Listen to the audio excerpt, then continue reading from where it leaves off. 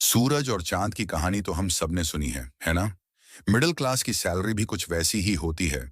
महीने में एक बार आती है और धीरे धीरे घटते घटते 15 दिनों में गायब। चांद तो फिर भी बढ़ता है, लेकिन अपना पैसा एक बार गया तो गया।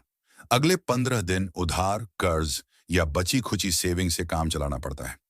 पर क्या कोई ऐसा तरीका है कि यह पैसा घटने की बजाय बढ़ता जाए और बढ़ते बढ़ते इतना हो जाए कि हमारी सारी ज़रूरतें पूरी हो जाएं और हमें अर्ली रिटायरमेंट और फाइनेंशियल फ्रीडम मिल जाए? वॉरेन बफे कहते हैं, अमीर बनने के लिए ज़्यादा स्मार्ट नहीं, ज़्यादा डिसिप्लिन होना ज़रूरी है। थोड़ा थोड़ा खर्च करने की बजाय अगर आप इन्वेस्ट करने पर ध्यान दो, तो कंपाउंडिंग का जादू कुछ ही सालों में आपको अमीर बना देगा। कुछ ऐसा ही हुआ विक्रम, तरुण और कर्ण के साथ। तीनों दोस्त जयपुर से बैंगलोर आए थे। आंखों में नौकरियों के अलग अलग सपने ली। तीनों के पास इंजीनियरिंग की डिग्री थी और अमीर बनने का सपना भी। विक्रम का शुरू से ही प्रॉपर्टी में इंटरेस्ट था और तरुण का स्टॉक मार्केट में। वहीं करण बस अपनी लाइफस्टाइल अच्छी बनाना चाहता था। करण को हर चीज जल्दी चाहिए थी और किस्मत से तीनों में सबसे पहले नौकरी भी उसी को मिली, महीने के 30,000 रुपए की सैलरी पर। बैंगलोर पहुंचते ही करण ने अपने सारे सपने पूरे करने का फैसला कर लिया। बैंगलोर का पार्टी कल्चर, लिविंग एक्सपेंसेस, खाना पीना और अलग अलग जगहें घूमना उसे खूब भा गया। 23 साल का करण अब ज्यादा समझदार और इंडिपेंडेंट हो चुका था। फैमिली की जिम्मेदारी तो थी नहीं, बस अपना करियर बनाना था। इसलिए उसने विक्रम और तरुण से अलग रहने का फैसला किया, जहां उसके बाकी ऑफिस कलीग्स रहते थे। शुरुआत में तीनों साथ थे, पर करण अब अपने ऑफिस के पास वाली सोसाइटी में एक अपार्टमेंट में रहने लगा था, जिसका रेंट था 10 से 12 हजार रुपए।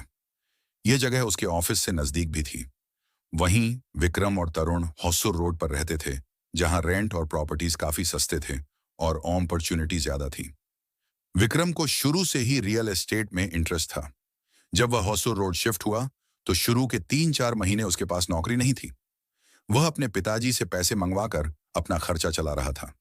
अब विक्रम सिर्फ नौकरी नहीं ढूंढ रहा था, वह बैंगलोर और उसके आसपास की रियल एस्टेट प्रॉपर्टी पर स्टडी कर रहा था। 2010 में 23 साल का विक्रम चाय और वड़ा पाव पर गुजारा करके इतनी इंफॉर्मेशन हासिल कर चुका था कि बस उसे एक बड़ी न्यूज और एक बड़े अमाउंट की जरूरत थी। विक्रम को पता चला कि बैंगलोर अगले 10 से 15 सालों में खूब डेवलप होने वाला है। यहाँ मेट्रो आने वाली है और होसुर रोड भी बैंगलोर के डेवलपिंग हिस्सों में आने वाला है। तो विक्रम ने एक रियल एस्टेट कंपनी में नौकरी पकड़ी, जहां उसकी सैलरी बहुत कम थी, मात्र 15,000 रुपए, पर इंफॉर्मेशन का भंडार था। अचानक विक्रम को होसुर रोड पर एक ऐसी प्रॉपर्टी मिल गई जहां कंस्ट्रक्शन शुरू होने वाला था और वहां लैंड अलॉट हो रहे थे।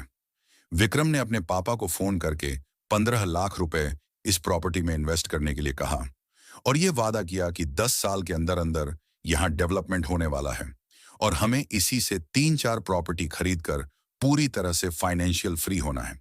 एक इंडियन फादर कहाँ मानने वाले थे, पर कैसे भी करके विक्रम ने उन्हें कन्विंस किया और 15 लाख रुपए डलवा लिए। साल 2012 में वह प्रॉपर्टी बनकर तैयार हो गई।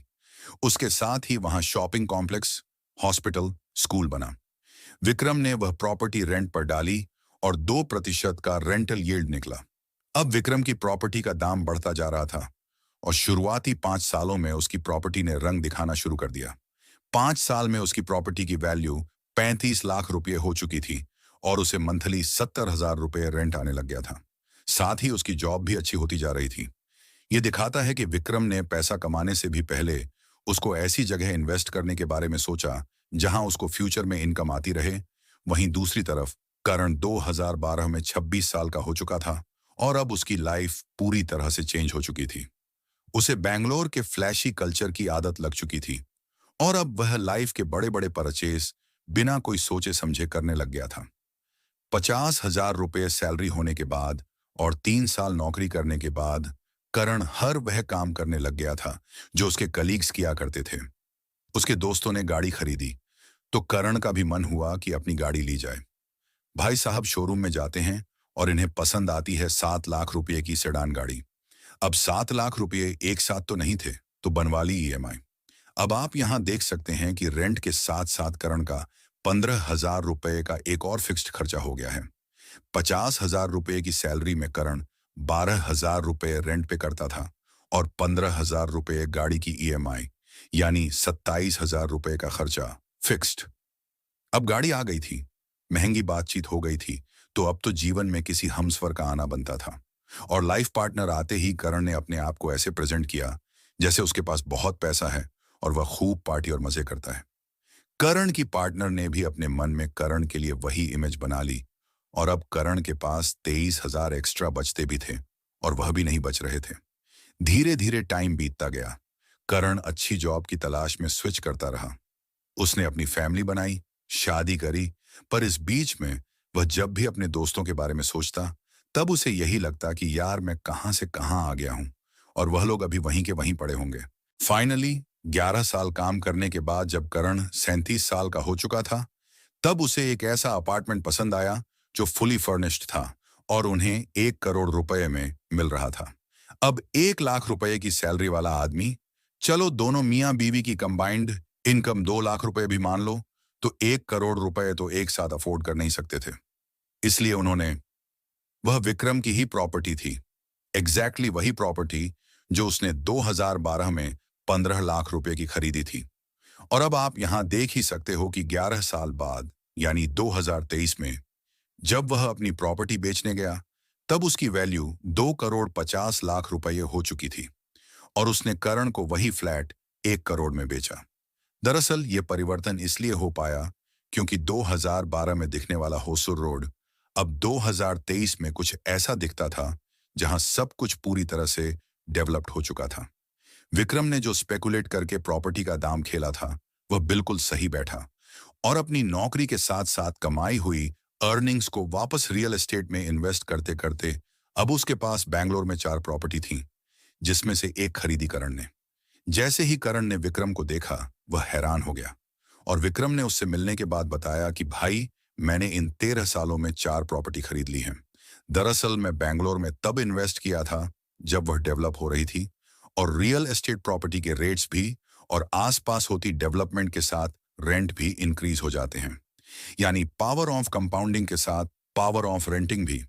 37 साल में विक्रम के पास इतना पैसा था कि वह आराम से रिटायर हो सकता था। और करण ने पूछा कि तरुण कहाँ है आजकल, नौकरी के लिए कहीं धक्के तो नहीं खा रहा? तो विक्रम ने बताया, नहीं भाई, उसकी गेम तो एकदम अलग है। उसने 2 साल नॉर्मल जॉब करने के बाद दलाल स्ट्रीट में नौकरी करी और अब वह वहीं पर प्लेस्ड है। देव और उसको भी बुलाता हूं। तरुण का इंतजार करते करण और विक्रम दोनों एक होटल में बैठे हुए थे। तभी तरुण एक ट्रू जेंटलमैन सेंस में अपनी गाड़ी से उतरता है और दोनों से बड़े दिनों बाद मिलकर बहुत खुश होता है। तरुण का सिंपल वे ऑफ लिविंग देखकर करण पूछता है कि भाई तुम्हारा क्या हाल है, लाइफ में कुछ हुआ कि नहीं? इस पर तरुण बड़ी ग्रेसफुली रिप्लाई करता है कि भाइयों, बस अगले 3 सालों में रिटायर होने वाला हूं। करण मन ही मन सोचता है कि 1 साल रिटायर भी हो गया है और एक 3 साल बाद होने वाला है और मैं अकेला अगले 20 साल तक घर की ईएमआई भरने के लिए काम करूंगा। हाय क्या? आउट ऑफ क्यूरियोसिटी करण पूछ ही लेता है कि भाई, 3 साल में कहीं लॉटरी तो नहीं लगने वाली? लॉटरी? इस पर तरुण उन दोनों को अपनी लाइफ स्टोरी बताता है। कहता है कि मेरी कोई लॉटरी नहीं लगने वाली, बल्कि मैंने सेविंग्स रूल और कंपाउंडिंग रूल की मदद से पैसा कमाया है और अब इतना हो चुका है कि बस 3 से 4 साल बाद रिटायर हो जाऊंगा। तो तरुण कंटिन्यू करते हुए बताता है कि हुआ यूं कि मेरी पहली नौकरी लगी एक ट्रेडिंग कंपनी में एज एंड आईटी टेक्नीशियन। वहां मेरा काम तो अलग था, पर मैंने स्टॉक मार्केट के कुछ दांव पेंच सीखे और अपनी 25,000 रुपये की सैलरी में से कुछ पोर्शन सेव करके इन्वेस्ट करता रहा। इन्वेस्ट करने के लिए मैंने जिस सेविंग मेथड को यूज किया था, वह था 50-30-20 रूल। मैंने 25,000 रुपये की सैलरी में से 50% हिस्सा अपनी नीड्स के लिए रखा, 30% वॉन्ट्स और एंटरटेनमेंट सोर्सेज के लिए और बाकी बचा 20%, यानी 5,000 रुपये एसआईपी की तरह इन्वेस्ट किया। तरुण ने बताया कि उसे सबसे पहले मार्केट के बारे में सीखना था और इन्वेस्टमेंट के लिए जो सबसे बेस्ट चीज थी वह था इंडेक्स फंड। इसलिए उसने 5,000 रुपये इंडेक्स फंड में एसआईपी करने का फैसला लिया। इंडिया में निफ्टी 50 इंडेक्स फंड सालाना 10 से 12% का रिटर्न देता है और स्टॉक्स इस बीच में कैसे परफॉर्म करते हैं, तरुण ने अच्छे से सीख लिया था। उसको महीने का 1 से 1.125 लाख ऑन कर रहा था। इसके बाद तरुण ने बताया कि सबसे पहले मैंने जो 5 साल एसआईपी से पैसे बनाए थे, उसको मैंने विड्रॉल किया।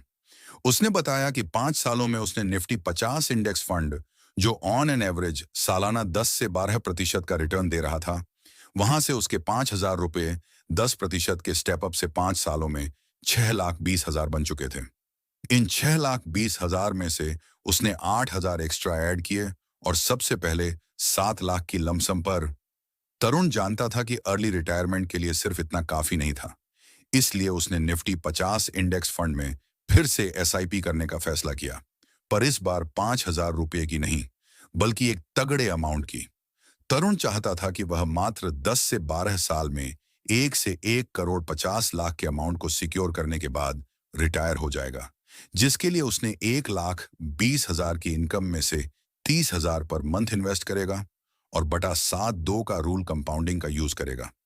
तो ये 72 का रूल ऑफ कंपाउंडिंग कहता है कि अगर आप एक सर्टेन अमाउंट हर साल 10% से इंक्रीज करते हो, तो पहले 7 साल में आपके पास 50 लाख रुपए होंगे, फिर अगले 50 लाख रुपए मात्र 7 साल में ही होंगे, 3.5 सालों में बन जाएंगे और अगले 50 लाख के लिए सिर्फ 2 साल का और इंतजार करना होगा। तरुण ने वह सर्टेन अमाउंट डिसाइड किया 30,000 रुपए पर। कैलकुलेशन करी, जो कुछ इस तरह आई, यानी तरुण की कैलकुलेशन बिल्कुल सही बैठी। आप देख ही सकते हो कि 7 साल में 50 लाख रुपए, फिर 10 साल में 1 करोड़ रुपए, 12वें साल में 1 करोड़ 50 लाख रुपए प्लस में। जब तक वह रिटायर होता, तब तक उसके पास 30 लाख रुपए के स्टॉक्स भी थे, जिससे उसे डिविडेंड भी मिल रहा होगा। पर इस कैलकुलेशन में एक बहुत बड़ी दिक्कत थी। तरुण ने सोचा 1 करोड़ 50 लाख रुपए पर, जो 12 साल बाद कैलकुलेशन में शो हो रहे हैं, क्या 12 साल में इन्फ्लेशन के बाद भी इनकी वैल्यू सेम रहेगी? तब उसने इंडिया में चल रही 6% एवरेज इन्फ्लेशन को भी एडजस्ट करा, जिसकी कैलकुलेशन कुछ इस तरह थी। आप यहां देख ही सकते हो। इन्फ्लेशन एडजस्ट करने के बाद तरुण ने 50,000 रुपए पर मंथ इन्वेस्ट किया और अब आप रिजल्ट देख ही सकते हो। 72 का रूल ऑफ कंपाउंडिंग, उसका 1 करोड़ का टारगेट 12 साल में आराम से अचीव हो जाएगा, वह भी आफ्टर इन्फ्लेशन। यानी अगर तीनों दोस्तों में देखा जाए, तो तरुण ने क्लियरली दोनों को आराम से आउटप्ले कर दिया। चलो, विक्रम को तो रियल इस्टेट में पावर ऑफ कंपाउंडिंग देखने को मिल गई और 37 की एज में वह फाइनेंशियली फ्री भी हो गया। अब देखो, रियल इस्टेट में आपको बल्क में कैपिटल चाहिए, जो सही टाइम पे विक्रम के पास था। विक्रम रिटायर हो चुका था और तरुण भी 3-4 साल बाद रिटायरमेंट लेने ही वाला था। पर करण, वह तो अभी 20 साल और नौकरी करेगा, क्योंकि उसके घर की ईएमआई जो चुकानी है, बच्चे का महंगे स्कूल में एडमिशन करवाया है, उसकी फीस भी भरनी है, और जो महंगी लाइफस्टाइल शुरू से बनाई थी, उसे मेंटेन भी तो करना है, जिसमें आराम से 1 लाख से 1,50,000 खर्च हो ही जाएंगे। ये एक सबसे बड़ा डिफरेंस है रिच और मिडिल क्लास माइंडसेट के लोगों में। मिडिल क्लास माइंडसेट के लोग पैसा आते ही उसे 10 जगह खर्च करने की सोचते हैं। आप में से कितने ऐसे होंगे जिनकी सैलरी आने से पहले एक शॉपिंग लिस्ट रेडी होती है? कमेंट में हाँ लिखो। वहीं एक रिच माइंडसेट वाला इंसान सोचता है कि कितने सोर्सेज से पैसा कमाया जा सकता है और अर्ली रिटायरमेंट कैसे ली जा सकती है। यानी मिडिल क्लास लोगों के पास होता है power of loans and EMIs, जो उन्हें एक दिन बर्बाद कर देता है। वहीं अमीर लोगों के पास होता है पावर ऑफ कंपाउंडिंग, जो उन्हें आबाद और फाइनेंशियली फ्री बना देता है। आमेन।